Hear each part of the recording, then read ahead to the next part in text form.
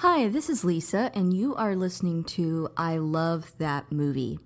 This podcast is for movie lovers. It's not an unbiased opinion, it's not a straightforward review, it's just a couple people talking about a movie that they love.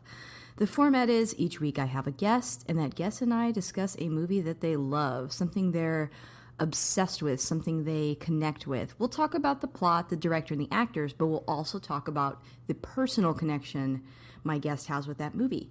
So if that sounds like something you want to listen to, keep listening.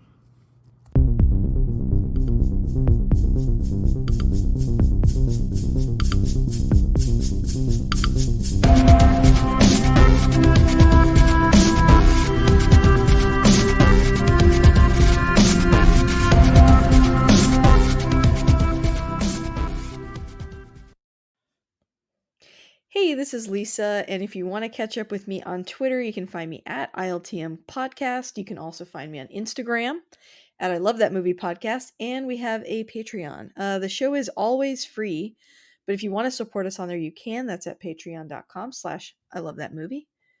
And if you enjoy this show, but you want a little more, essentially, if you join up for my Patreon, you also get a bonus episode of what I'm watching that week. So my thoughts on, right now, I don't know, Righteous Gemstones, Peacemaker, etc. Um, and so we have a lot of fun on there. There's also a lot of interviews. We covered The Mandalorian and quite a few other popular shows on there. So if you want to check that out, you can.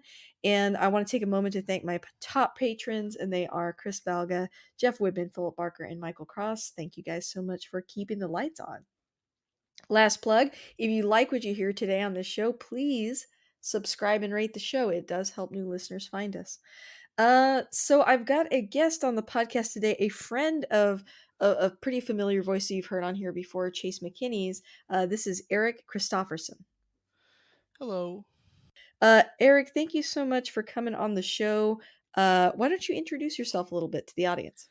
Yeah, I'm Eric. I'm a teacher. I was a college professor for about 10 years. I'm teaching middle school now, but I'm a big film fan. I've been a fan for a long time. I At the last job that I was at, I was the host of a local foreign film series that was created as part of like by the Chamber of Commerce to try to like revive the arts in Wow. the area. I My remember co- you talking about that last yeah, time. my college president asked me if I wanted to do it, and I said yes, I want to do that. So I hosted that. I had a partner. We co-hosted it. Did that for about 2 years, but I left that job. I moved to Texas in July. I know that's still going. I know Nathan's doing a good job there, but that was a lot of fun. We just got together. I introduced the movie. We watched it, talked about it a little bit afterwards. There were usually 30 to 50 people there, and we had a good time doing that. Man, there's somebody here in the local Dallas film scene that has a lot of classic films on 35 millimeter, and they invite people over and watch it at their house, and I'm always oh man, I haven't done that yet, but it's sounds so exciting. So I love the idea of that. And the last time you were on, I think we talked about Vampire, right? Yes, we did. Yeah, that was really fun. So we kind of have a different movie today. If this is your first time listening, I always have my guests pick the movie. So what movie did you choose to talk about today? I chose the 1957 movie directed by one of the greatest of all time, Akira Hmm. Kurosawa, Throne of Blood. Yeah. Um, this was my first time seeing this movie. Okay. Yeah, I know. I'm ashamed, but No, don't be. Don't be. no, I'm just kidding. I've seen Akira Kurosawa films. I have not seen this one, so it was really, I really, really enjoyed it, quite a bit. So let's talk a little bit about your experience. When did you first see this movie? Um, yeah, so I had seen a lot of not a lot of Kurosawa, a few before, like obviously Seven Samurai and Hmm. Rashomon are the two big ones Yeah. that I think most people have seen. Right, I saw those on TCM lots of times. But I took a year off between college and grad school. Um, and this would have been like 2010, 2011. And I was not really doing much. I wasn't working. I wasn't going to school. I was just sitting in my mom's basement at home. and I basically spent that entire year watching movies. I probably watched 500-600 movies that year. Wow. And what I mean, I watched all the best picture winners in a row. At that point, we were up through like the King's Speech. And then I would just like pick a director and I would watch a bunch of their movies in a row. And like That's a Kurosawa good was one idea. of the directors that I picked, and I was watching a bunch of his in a row. This was one of them, and I mean, I really loved it right away the first time I saw it. It was just like fantastic. Really good. So, before I continue, I do want to share with you guys that I do not do a spoiler-free show. We don't do like our thoughts spoiler-free and then I mean maybe I should, but maybe I'm just too lazy to. I don't know. It's free-flowing conversation, so it's kind of hard. I would really recommend watching this movie first before listening to the rest of this. So, pause here, go watch the movie. If you're still with us, here is the synopsis of the film. Returning to their lord's castle, samurai warriors Washizu and Miki are waylaid by a spirit who predicts their futures. When the first part of the spirit's prophecy comes true, Washizu's scheming wife, Asaji, presses him to speed up the rest of the spirit's prophecy by murdering his lord and usurping his place. Director Akira Kurosawa's resetting of William Shakespeare's Macbeth in feudal Japan is one of his most acclaimed films. Yeah, I was gonna before you added that last sentence in there, I was like, if that sounds familiar somehow, there's a reason. Yeah, I mean, and plus, like Macbeth is, I feel like it's like the most popular or one of the most popular. It's like the most epic to me, or the most exciting. Like, uh, you know, we have Shakespeare in the park in Dallas, and there used to be two locations, and I used to live in an apartment that was literally where they would show a lot of Shakespearean plays in good weather, and so we'd all go out there and have a picnic and drink wine and watch Shakespeare. It was just the best way, in my opinion, to enjoy it. And Macbeth was probably one of my favorite ones that they would do. And so yeah, I have a couple of quick facts I want to share. In when I was kind of researching about this film, originally Akira Kurosawa was planning on building, a facade castle for the film, but this proved to be an impractical step, prompting building full castle sections to use in shooting. These were built with the help of the United States Marines, who were based in the area. Yeah, yep. They shot this basically on location around Mount Fuji, right in Japan, right? Hmm. It Kurosawa chose this particular location because it was foggy, right? It was like Uh huh. they didn't have to make as much fog as they would normally have to because there was just natural fog. And like fogginess is usually a key feature when you see like Macbeth also, right? Yes, yes, it There's a lot of is. fog. The story the story is based, as we said earlier, on Shakespeare's early 17th century play Macbeth, which was in turn based on a medieval Scottish legend. So, in case you don't know enough about Macbeth, we'll give you a couple quick facts here and there. To add to that, Akira Kurosawa believed that Scotland and Japan in the Middle Ages actually shared social problems and that these lessons were for the present day. Moreover, Macbeth could serve as a cautionary tale, um, contemplating Ikiru. Well, I mean, I think Macbeth as a cautionary tale is always relevant. I For mean, sure. it's always going to be relevant. Like the idea Hmm. of just wanting power and what you're willing to do to get it, what you're willing to do to hold on to it. I think that idea is never going to like go away. And I think in today's world, I think there are a lot of lessons that we can learn from that idea. For sure. And I think what really sticks with me about the themes in Macbeth and in this is the idea of like paranoia and how, you know, this everything happens in this film because of a premonition they get, kind of like like in Macbeth. And as that they give this anxiety like more and more power because of an evil act that they commit, it just gets worse and worse and worse and worse. And I feel like that's why like there's a lot of, cautionary tales or a lot of stories about, revenge gone wrong or being greedy, but like the way that this main character is so directly responsible for his own demise is just there's just something that just always stays really relevant about it and engaging. Yeah, and you can transport Macbeth into so many different situations. Like you can make it a samurai tale. There's lots of Exactly. different versions of Macbeth that are like set in the gangster world where somebody Mhm. murders the boss and comes up, but then they have to commit more murders to stay in charge and stay in power. Right? There's just Right. so many different things you can do with this story of Macbeth. And I mean, I feel like those are some of my favorite types of stories too. I mean, and those I think they're universally appealing, like you said, when it kind of centers around power and greed. There's just something, that's relatable in pretty much any setting, like you said. Did you have any quick facts you wanted to share before we I kind of I, dive in? I did, yeah. Ooh. So this is the first of three Shakespeare adaptations that Kurosawa made in his career. He originally wanted to make this right after he made Rashomon. Like he made Mm. Rashomon, and this was the film he wanted to make next. But because of the Orson Welles version that had just come out, right? I don't know if you've seen the Orson Welles version of Macbeth No, I haven't. from the late 40s, but it's fantastic. And I mean, it's Orson Welles. It's going to be good, right?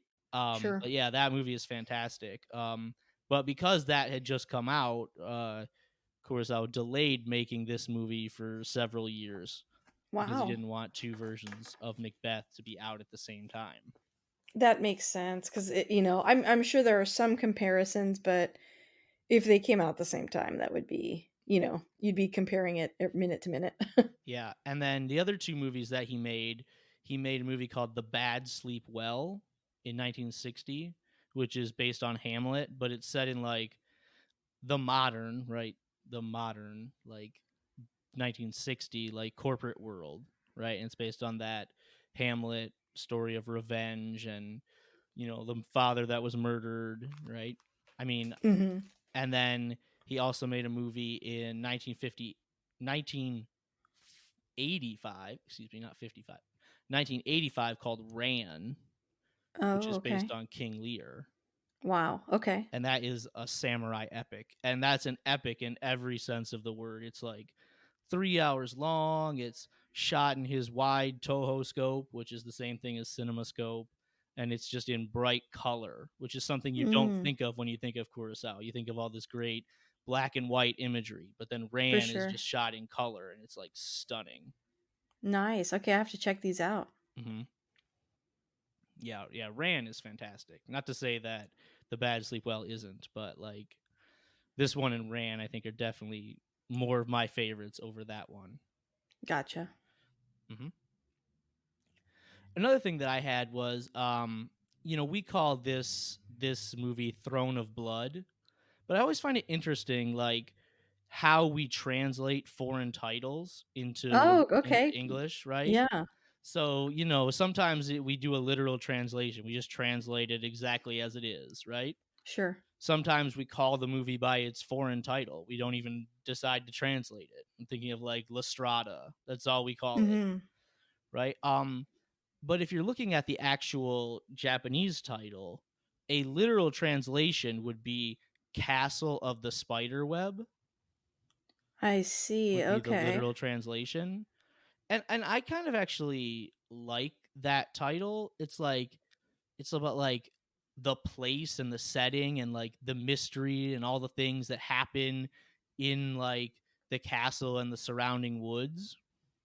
And I feel like the spider maybe from the woman that you see with that's, spindling something, Hmm. perhaps. I don't know, yeah. I could see how, like, that's more representative of what the title, what happens in the movie. Because Throne of Blood, I mean, first of all, it makes sense, but it is purely figuratively because we don't see blood, Yeah, there's really. no blood and There's no blood. there's no throne either. Yeah, you're right. But Okay, so it's more but it's a about like, concept I think that we understand better, yeah, the maybe, concept of it. Yeah, but I don't you know? know where you watch this. If you watch this on HBO Max, I know I did, a yeah. lot of like there's a Good lot of plug. really good Can movies on watch it on HBO HBO Max. Max. You can, Yeah, yes. if you have HBO Max, the Criterion Collection, a lot of it's on there, and I can't stress enough, if you love movies, you should get an HBO Max Yeah, subscription. yeah. I But said I what I mean, said. I own the Criterion Blu-ray version of this. I would have been shocked if you didn't. But if you watch this on HBO Max, all the time they just refer to this castle, like the main castle, as Forest Castle.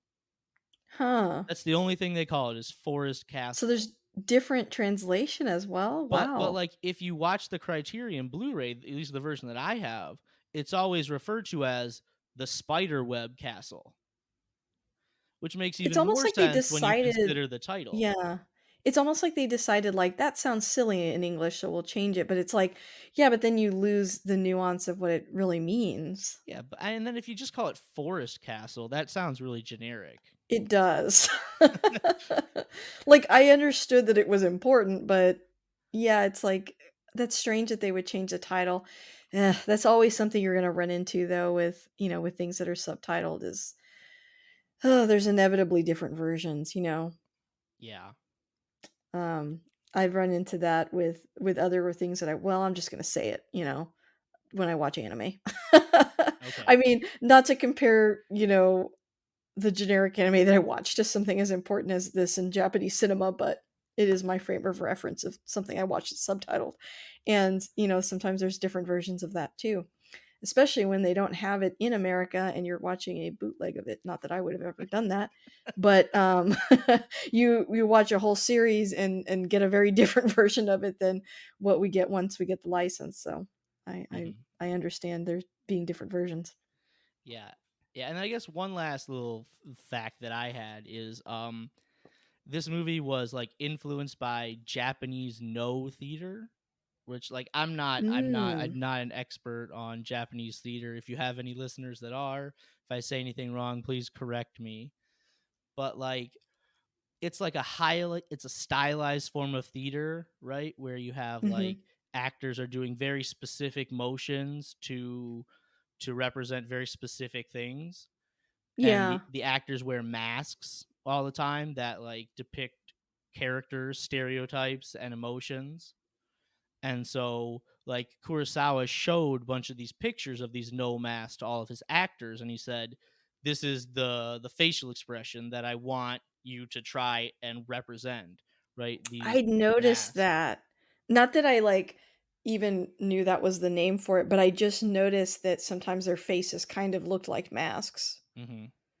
Like, the wife and especially the wife and the main character Hmm. because Yeah. of that extreme expression he's making, like, almost the whole film, but the wife too, I mean, even the way her face is kind of made up, it sort of looks like a mask. The Hmm. expression she uses, sometimes she's barely moving her face. Yeah, and then the way she walks too, like there's the moment Yeah. where she's going to like get the dagger so they can and to get the dagger so they can kill the lord.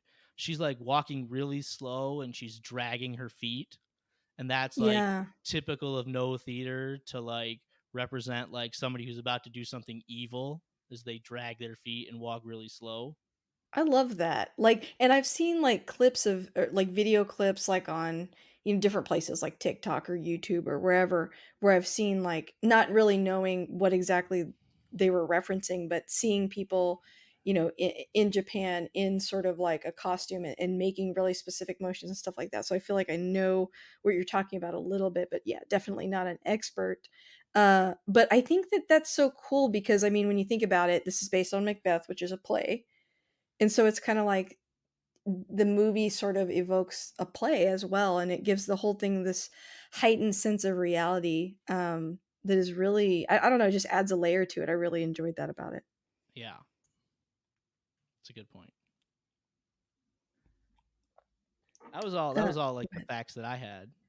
Awesome. Okay, well, do you want to talk a little bit about the cast, or do you wanna kinda transition more into talking about your favorite scenes? Yeah, we can talk about the cast. Okay, I'll let you take it away then. Oh, I mean, I think obviously I think you have to start with Tashiro Mifune here, Yeah, I right? I watched mean, a oh, go ahead. no, I mean So the guy is just a legend, right? Of for Japanese. sure. He's like our Humphrey Bogart, right? The biggest Yeah. star they probably ever had. Yeah, and I really enjoyed I watched some behind the scenes stuff, and I saw a short, where they talked about that arrow scene and how they filmed that and how they stuck him with all these needles that were like, they said the thickness of like phonograph needles, Hmm.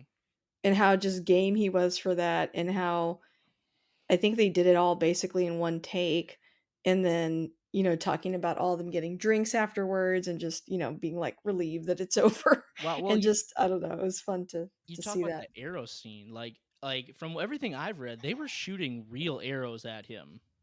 Yeah, Like but they put everything that something hit in the the tips yeah, so that it would stick into him, and then he had to wear, like, double layers, and, like, the arrows were, like, on a string, but, I mean, they full force, like, flung them all at him at the same time. yeah, yeah. I It's mean, like that's just. I mean, he's seemed known for sounded like very dangerous. it sounded very dangerous, like something they probably wouldn't do these days. You could do that 70 years ago, right?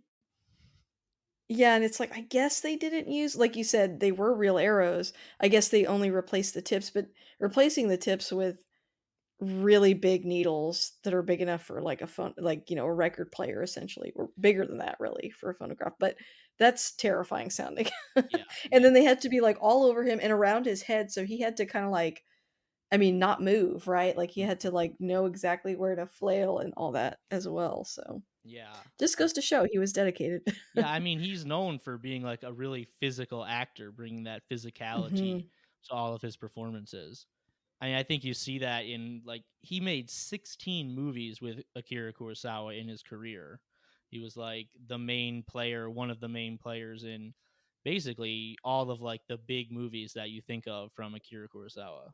Yeah, and I think didn't he start as an extra in the Yeah, first movie that he was yeah. in? Yeah. The first movie he was in was called Drunken Angel, and he was like his role was really originally small, but because he was like so impressive on the set, they like were rewriting the script like while they were Wow. filming to like give him more scenes and make him a bigger role in the movie.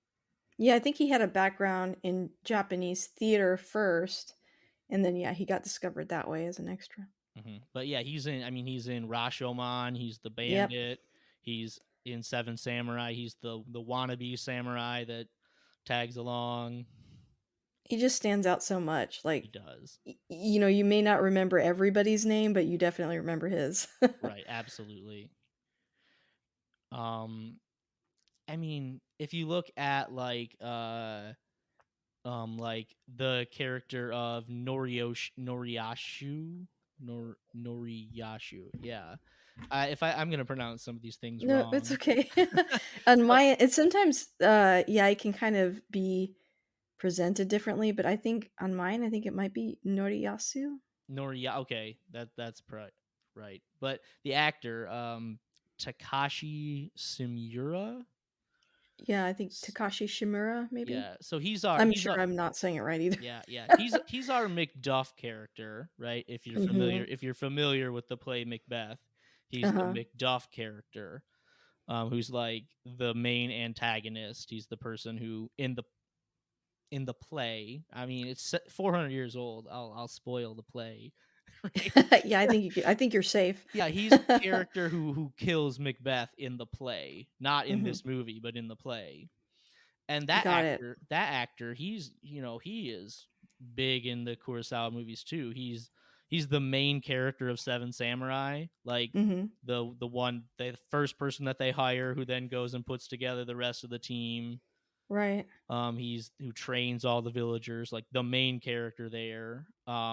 He's the main character in Ikiru, which is also a great Kurosawa movie that I would definitely recommend everyone watching. He plays the woodcutter in Rashomon, so he's like the person that tells his story first, right? So he's all over the Kurosawa movies. He's a big one. Yeah. Um, like our character who plays Mickey, however you want to say it. Um, no way am I gonna be able to pronounce this guy's name. I'll attempt. Minoru Chiaki? Okay, sure, that sounds right. He plays our Banquo character, who's like the person that meets the witches with Macbeth, and they hear the Uh-huh. prophecy together. But then Macbeth becomes like scared of him in a sense and ends up having him killed. He's this guy as an actor, he's all over Kurosawa movies as well. He's in Seven Samurai, he's in Rashomon. He's one of the two like main characters in The Hidden Fortress as well. Oh, I okay. don't know if you've seen The Yeah, I've Hidden seen Fortress. that. Yeah. Yeah. So like the two like peasants that are really like who the Oh, movie is about, yeah. right? He plays Yeah. one of those two. Oh, okay. Yeah, that is definitely ringing a bell now. Mhm. Yeah, and I mean, the only other person that like I'll mention is like our Lady Macbeth character, Yeah, Lady right? Asagi. I think Lady her name is Asagi. Yeah. Isuzu Yamada. Yeah. I didn't really Mhm. recognize her from anything. I mean, I looked on her IMDb page. She's got a ton of stuff. Like, I mean, it's like over 100 credits long on her IMDb page. But I wonder if yeah, go ahead, sorry. like she was in Yojimbo, right? If you've seen Yojimbo, which is Mhm. like the thing that Fistful of Dollars is based off of. Right. But I don't recognize her from that movie. I really, really like the character she portrays and the way she portrays it because if you haven't seen Macbeth, like if you haven't seen a play or read it, um, the female lead in that is more, I mean, she's like more extreme. She's very passionate, she's very, you know, her intentions are obvious. But what's cool about this female lead is that they're not, to me. You know, like I think she's a lot presents a lot more meekly, and you're not really quite sure what her true intentions are. I mean, she definitely is part of, you know, our main character's downfall, but I think it's in a much more subtly manipulative way, and that to me makes the character more interesting and more nuanced. No, I absolutely would agree. I love the way she plays the Lady Macbeth. I'm just gonna call her Lady Macbeth. Yeah. Like I like know, I'm like I'm also not an expert on Shakespeare. oh, Seen the play, I but feel like I know I feel like I'm a I don't want to call I say I'm like the biggest expert, but I'm a big Shakespeare fan. okay, okay. Well, I've then we'll rely on you. read like I've read almost all the plays. I've seen like a bunch of the movies that are based on them. I feel like I can hold my own in any discussion about Shakespeare. But That's yeah, awesome. like the way she plays, like exactly like you said, Lady Macbeth is a very vocal character. She is very much like portrayed as being in your face and aggressive towards Macbeth and really, really pushing him because there are Mhm. lots of moments where he's like, I'm not doing this. You can't talk me into it. And she's like, oh, yes, I can. Right. And But like, I'm going to go back to the, sorry, I cut you off oh there, no, go for it. the Orson Welles version from 1948. Um, and I believe the actress's name is just Jean Clemens. That could be wrong. She was one of the Mercury theater players that Orson Welles had. She gives a fantastic performance, but it is nothing like what you see here. She's Yeah. yeah, like she's the whole time she's manipulating Macbeth or Washizu here. She's just sitting down, right? She's not moving. She's just sitting down. She's still. She's talking really quiet and like she's just throwing his words back at him and manipulating Mhm. him and it's really really impressive. Yeah, and she doesn't look him in the eye, which, you know, some of that I was like, I could be, I don't know, also cultural in some ways, like, she, you know, really cannot come up against him, oppose him, or directly even converse with him. So she kind of has to keep her head down a little bit and just kind of and it also could be speaking to his personality, you know. She knows she can't just have a frank discussion with him, so she has to tiptoe around and sort of get her attentions across differently. But, you know, it's by the end she pays such a big price for what she does, in the form of it feels like karma, right? Um, she completely changes as a character towards the end, but I don't know, I like the way that it just I think it's easy, not easy, I shouldn't say that, but, you know, a passionate performance is impressive, but it's even more impressive to me the way she's able to, you know, get her point across and also the way her lines are written, you know? Yeah, absolutely. Well, do you wanna talk a little bit about some of your favorite scenes? I feel like we're Yeah. tiptoeing in that Yeah, arena. absolutely. When the movie opens, almost like, you think of some Shakespeare plays do with a chorus coming out, Mhm. or somebody walking on stage and giving a little speech before the play actually starts. And in a sense, those things in Shakespeare were designed to like make the crowd stop talking, so they knew Yeah. like, hey, the play's about to start. And so if you didn't hear him, that was fine, right? I'm thinking of like obviously the Romeo and Juliet, where the whole thing is Mhm. spoiled right at the beginning. Mhm. But like we open on like just this foggy landscape where there's nothing there, you can't see anything, and like this song plays over it, and it's like, here was a mighty fortress where there lived a poor warrior who was murdered by ambition, right? And his spirit is still walking. It really Mhm. like sets the tone for what you're Yeah. about to see. And then Ominous, ghosts, and then the movie prophetic. also closes with that exact same line and the exact same scene, right? Like, Mm. empty land, ominous, foggy, playing the exact same song. And so there's like this really neat bookend. Yeah, wow. Mhm. And then I guess the first scene, is not that special, but like really probably my favorite scene of the whole movie, other than the arrows, which we'll save to the end, right? Which we've already kind of talked about a little bit. Um, is like that opening scene where we take our two main characters, I'll say, Macbeth and Banquo, or Washizu and Miki, where they're like lost in the forest around the castle. They've been called back and they're just like lost in the forest and they can't figure out where to go because the forest is built as this natural labyrinth. And like it's a fantastic scene cuz like it's raining. Like if you've seen any Kurosawa, lots of great things happen in the rain.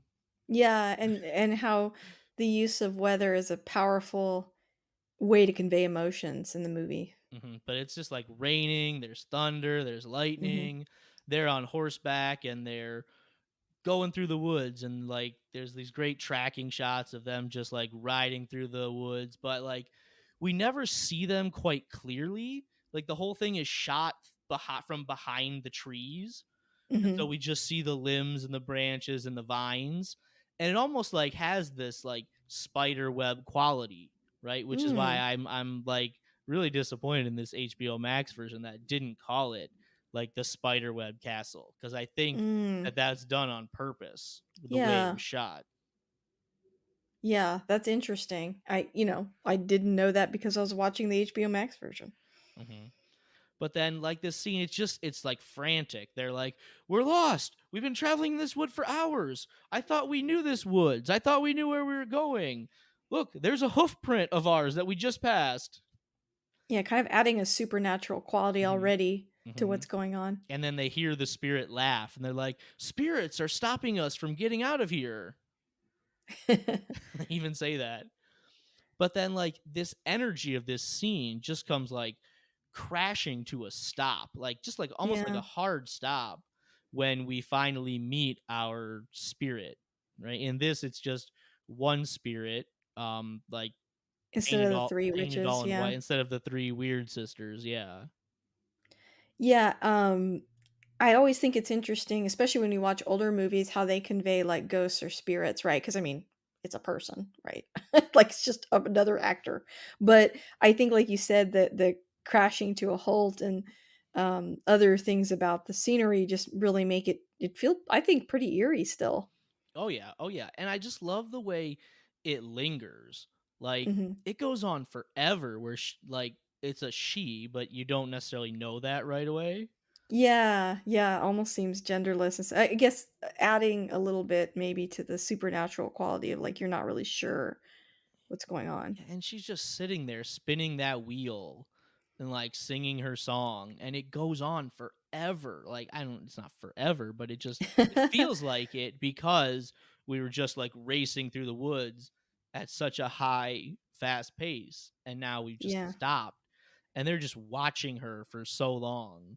right, sing this song, and they're just like got this huge like look on their face of like being terrified. So I love this movie, uh, that pays homage to this scene, and I didn't know that it was this specific movie they were referencing. But I like a Japanese director that directs animated films. His name is Satoshi Kon, and he has a really amazing film called Millennium Actress, which is I'm gonna go off on a tiny tangent. I won't go too long. I could, but I won't. Um, but it's about a sort of an elderly, reclusive, very famous actress, uh, from Japanese cinema, and she had basically been the front of, a very, very famous actress to a really impressive studio for decades, and then towards the end of her life, she was reclusive and kinda hid herself away, and in the film, like, somebody comes and wants to interview her kind of, like, one last time, and it happens to be around the same time that this really famous cinema shuts down forever, so, it would be like, I don't know, MGM or something like that, right? And, the movie is really interesting because it interweaves the character that is in the movie, the actress. It blends her movies and her real life to where it's like you don't know which one's a movie and which one's really her life. It kind of blends through all of them, and it uses a lot of, Japanese cinema, including a lot of Kurosawa influences. And there is this scene in the movie where there is like a spirit with a spinning wheel and everything, and she's talking to her, and it's really creepy, and in the movie it's almost like the older version of her talking to herself and giving her like ominous warnings about her life. Anyway, very cool film. Check it out. Continue. No, I think that's interesting. I'm not a big anime fan. I haven't seen that. I think because you're a Kurosawa fan, you should see this though, because Okay. it's probably referencing a specific actress. Like it's not exactly her, but it's just really interesting because she lived for so long that she saw a bunch of, political things that happened in Japan, and also she became famous, and like how the way those things intertwined. It's just really interesting. So I think you'd like No, I I'll look into it. it. Um Yeah, there are also like lots of like little shots like right after this that I think are fantastic. They're not like big things to dwell on, but like Mhm. on as they're going out of the forest after this, like it almost looks like it's in one shot, but I know it's probably not. It's foggy, so they can Yeah. make edits where you really can't tell. But they're like riding out of the forest and they're lost again, and they're going this way one way, and they're going back the other way, and they're going this way, and there's really no musical score in this scene. I think this movie Mhm. does a great job of like knowing when to use its music and then knowing when to not use its music, and we just Yeah. hear like the sounds of the world, the background. Like, silence can be really powerful, and, I think there's not a lot of silence in films, but when it's used the correct way, it's like you said, it can have a big Yeah, impact. you just hear the horse hooves like pounding on the ground one way and then pounding on the floor the other way, and then the horses making their neigh noises, right? And it's just like Mhm. we are lost, we don't know where to go. And I just it's a little thing, but like scenes like that, I think I find them really interesting, really exciting. Yeah. No, I that's a good detail. And then there's this other really small scene when like the first part of the prophecy in Macbeth is like, hey, you're already the Thane of Glamis, but you're gonna be named the Thane of Coder today. Right? That's like the Mhm. very because there's like levels to the prophecy. It's not just like one day you'll be the king, right? Right. Why would you believe that? There are levels to it. And the very first thing is, okay, you're already the Thane of Glamis, but now you're gonna be named the Thane of Coder as well. And Yeah. then and they he turned the witches turn to Banquo and say, and good things will happen to you too.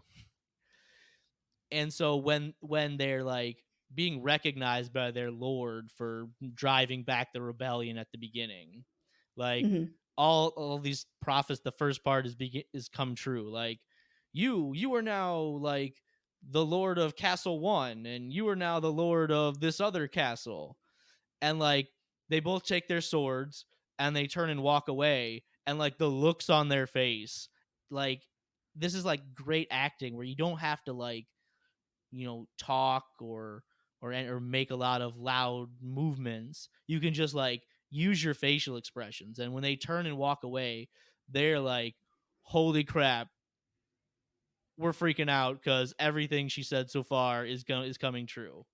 Well, and also in a historical context, it would be so unlikely, right? Because they're samurai. Hmm. They're not typically gonna rise to the level of, like, a lord. Hmm. So it's like, wow, that's crazy. It was a crazy prophecy to begin with, and now, wow, that's actually happening. Yeah. No, so it's just little things like that, I think, that make these, it's like the details that make it like a fantastic movie. Yeah, I agree. I mean, the expressions I think stand out maybe even more to us because we are watching it in a different language, you know? So we're reading it and we're relying on their faces for context as well. Hmm. I mean, that's a good point, right? We don't know exactly what they're saying, so we have to look at their body language more. Mhm. Yeah, like, um we've already really talked about like Lady Macbeth, but I mean all those scenes where she is like, I feel bad for calling them like not by their characters' names in this movie, but like It's the okay. scene where Lady Macbeth is manipulating Macbeth into like committing murder, right? And she's just sitting there, she's very stoic, and Yeah. yeah, and she just finds the way to like um to say the right thing to get him to do this.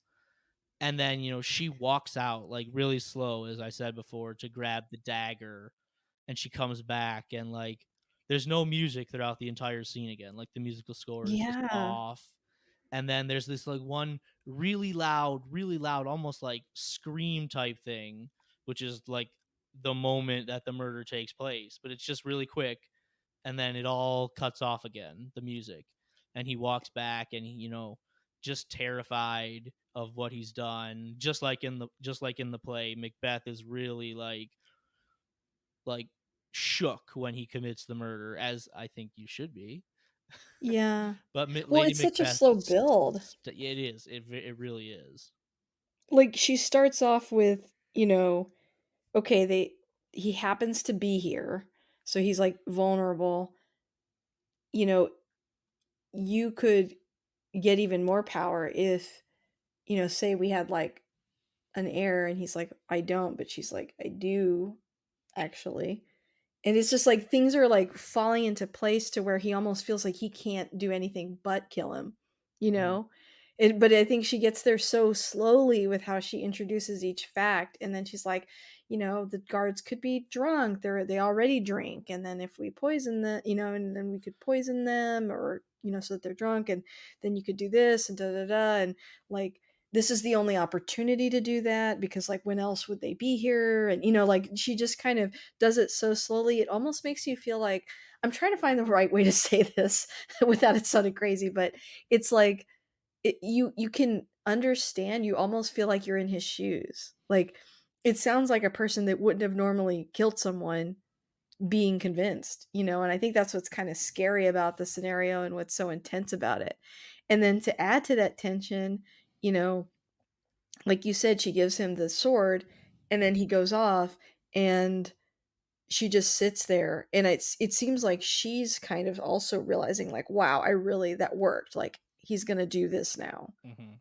Yeah, And and she's sitting there with dread, and then it's so much more powerful than if we even saw him do it. Then when he comes back, he's got blood on him and he's just in shock, like, "I can't believe I actually did that." Like, they just do such a good job of making you feel like these are 2 people that wouldn't have normally done this. mhm. So And it just feels so messed up that it happened. yeah, and that's the way it's written in the play too. Like I think Yeah.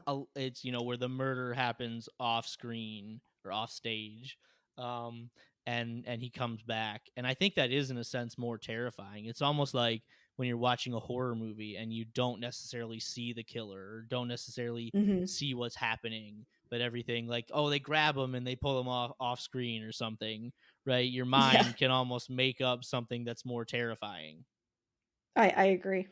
right? And it's just, yeah, I didn't even think about that, but what you were saying is like holy crap, I actually convinced him to do this. I wasn't sure I could do it, and it happened. Yeah, and I think it really comes back to haunt her later. Oh, yes, yes, it does. Yeah.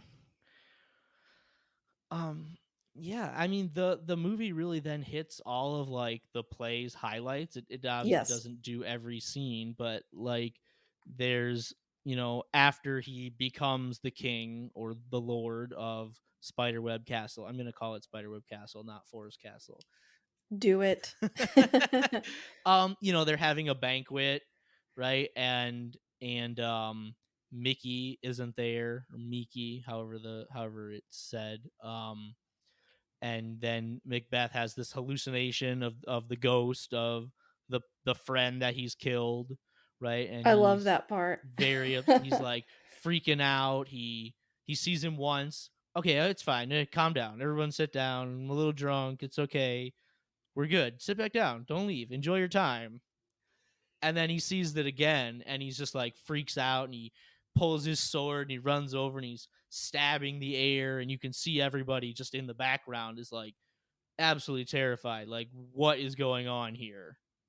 His wife's all like, "Oh, he's drunk." You're Yeah. like, "Yeah, okay."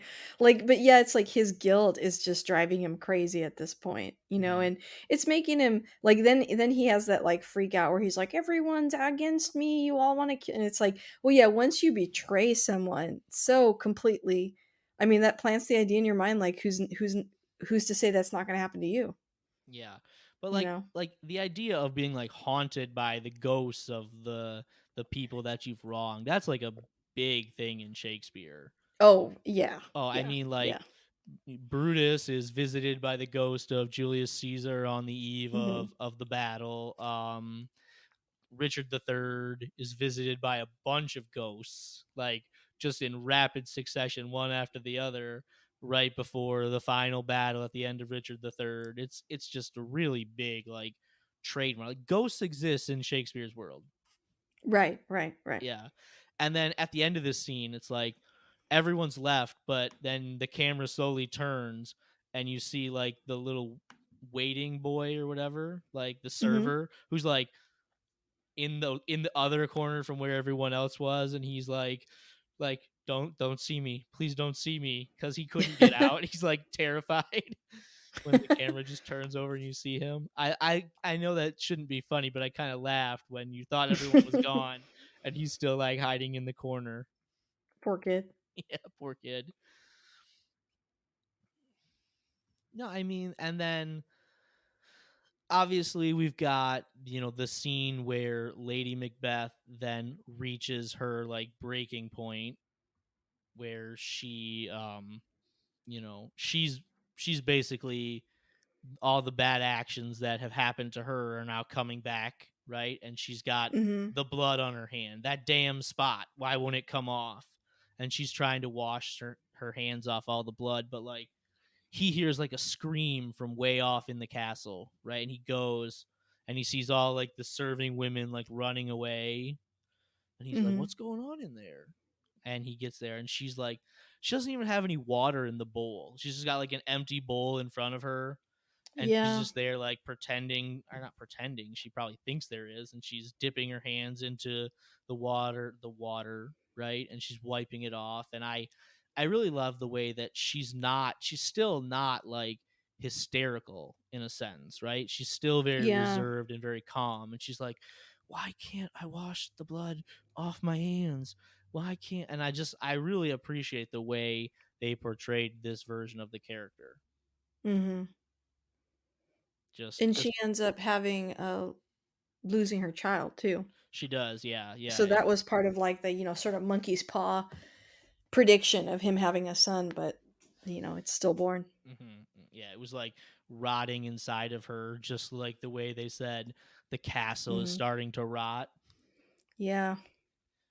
Mhm. It's like it's tainted, everything is tainted by their evil actions.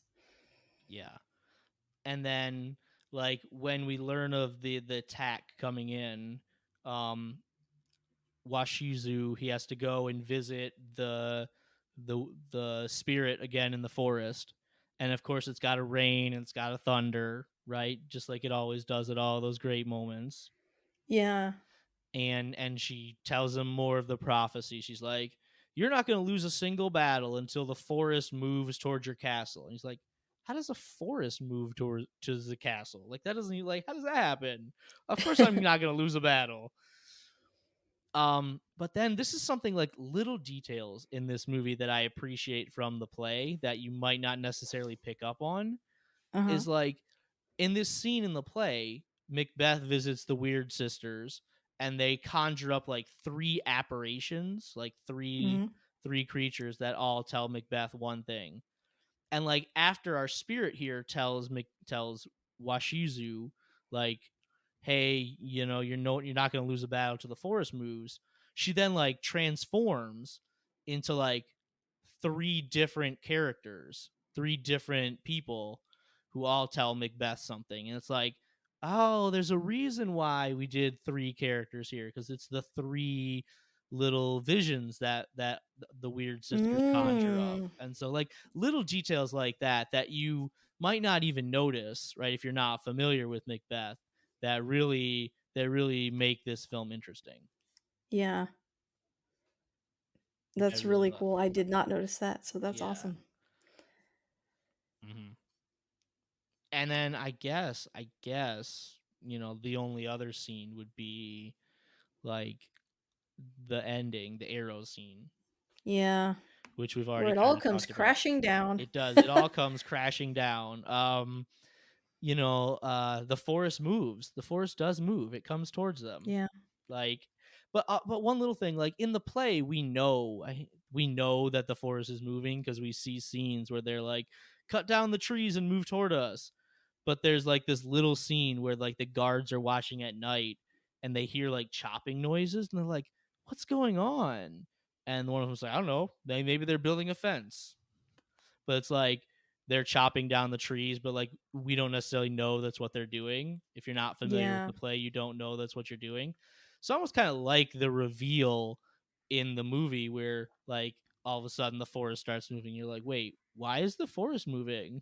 Like because we see these supernatural elements, and so you wonder, like, is this something supernatural happening? Right, right.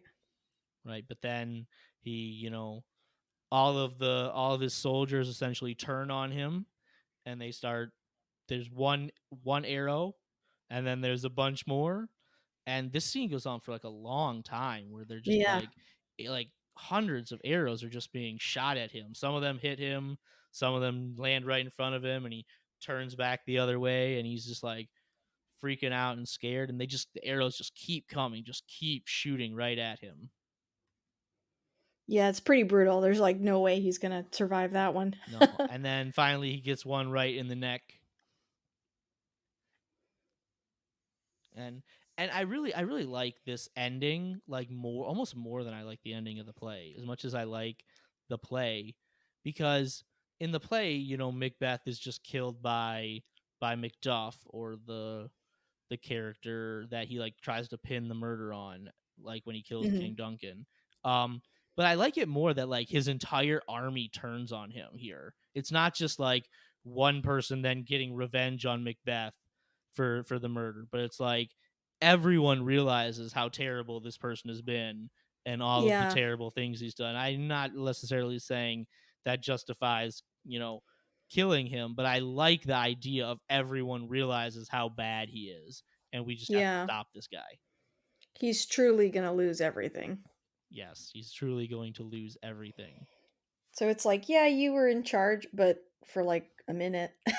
It's like the prophecy had all these different bad parts to it that were not conveyed to him. Yeah. And, like, characters in the film too tried to convince him, like, "Hey, basing every move you make off a spirit you saw is probably a bad idea. Like, no, no, don't do it."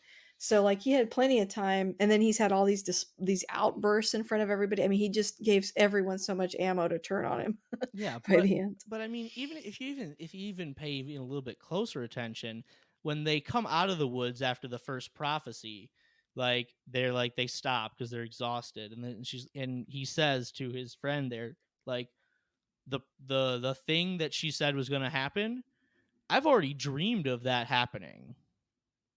And so like Hmm. he already wanted it in a sense.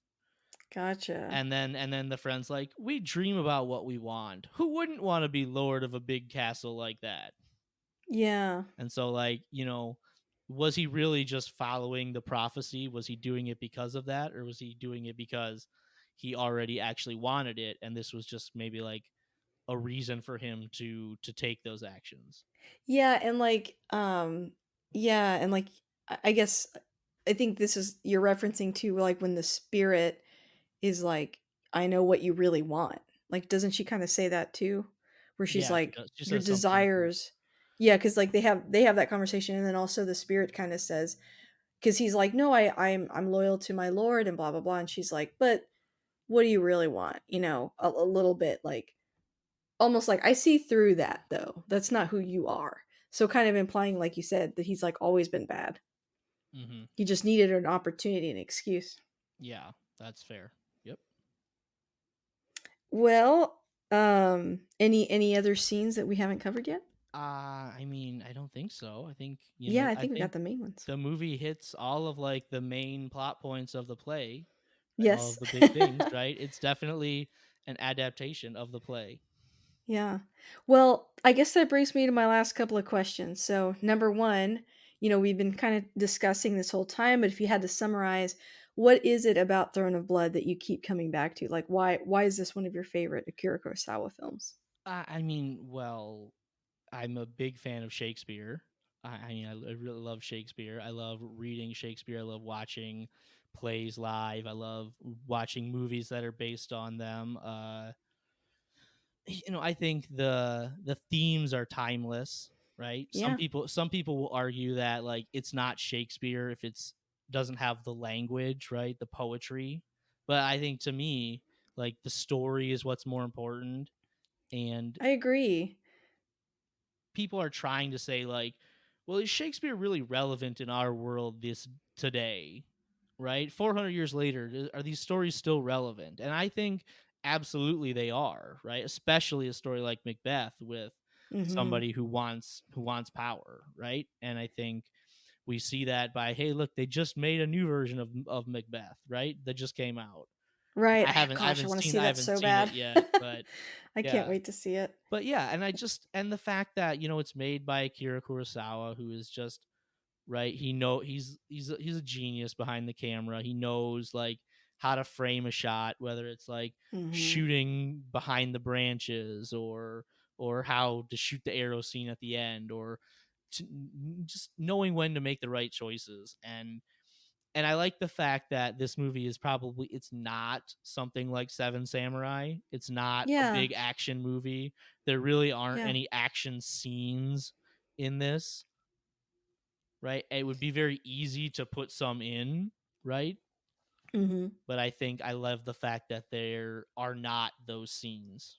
No, it's more about the drama. And to kind of build off what you're saying about Shakespeare, Shakespeare wrote stories that were predating his time, right? And so, a lot of the ways they're portrayed were in different ways, like, different costumes, and that's kind of translated in today. That's why, like one of my favorite times I saw Macbeth, I think it was like set in World War II.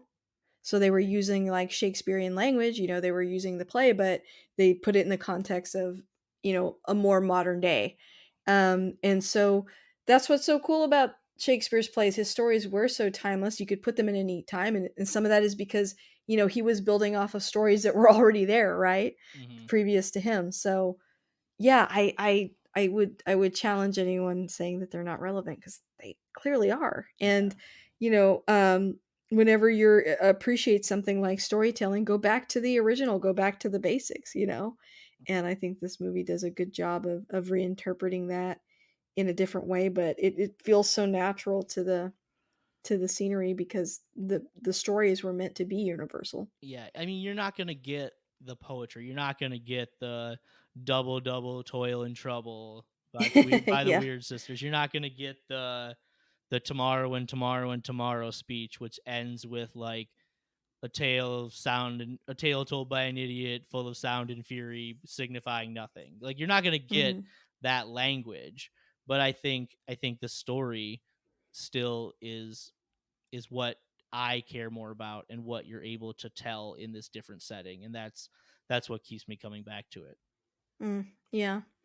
And how would you pitch this to someone that's never seen this movie before?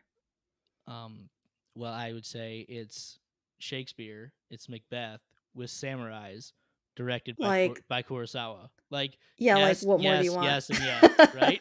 Yeah. All of those things. Yeah, agreed. I think you said it perfectly. I have nothing to add to that. It's just this should be enough for you to see it. Yes, that Um, that really should be. well, thank you so much for coming on. Really appreciated having you back. Where can people find you? Um, nowhere really. Yeah, I'm not on social media. Chase and I, we record a podcast. I'm sure he mentioned it. We talk about Star Trek. These are the Voyages. We've been talking for like, God, it feels like since August, doing like weekly recaps because there's been so much Wow, it's new Star dedication. Trek. Well, there's been so much new Star Trek I since know. then, I'm and we're so gonna behind. I gotta get on board. and it's gonna keep going. Like I think until like June, so it's gonna be like almost a full year of new episodes by the time it's done. So you can check out Wow. that at These Are the Voyages. And there might be something coming soon Ooh. which I'm not necessarily ready to talk about just yet, but Okay. something about my love of Shakespeare that may be Oh, coming great. Will be a good soon. tie-in. Yeah, Okay. Well, again, want to thank you so much for taking time out of your day to talk about this movie with me. I'm so glad you picked it. So glad we talked about it. And you're going to have to think of future ones to come on the show and discuss, but I appreciate having you. definitely.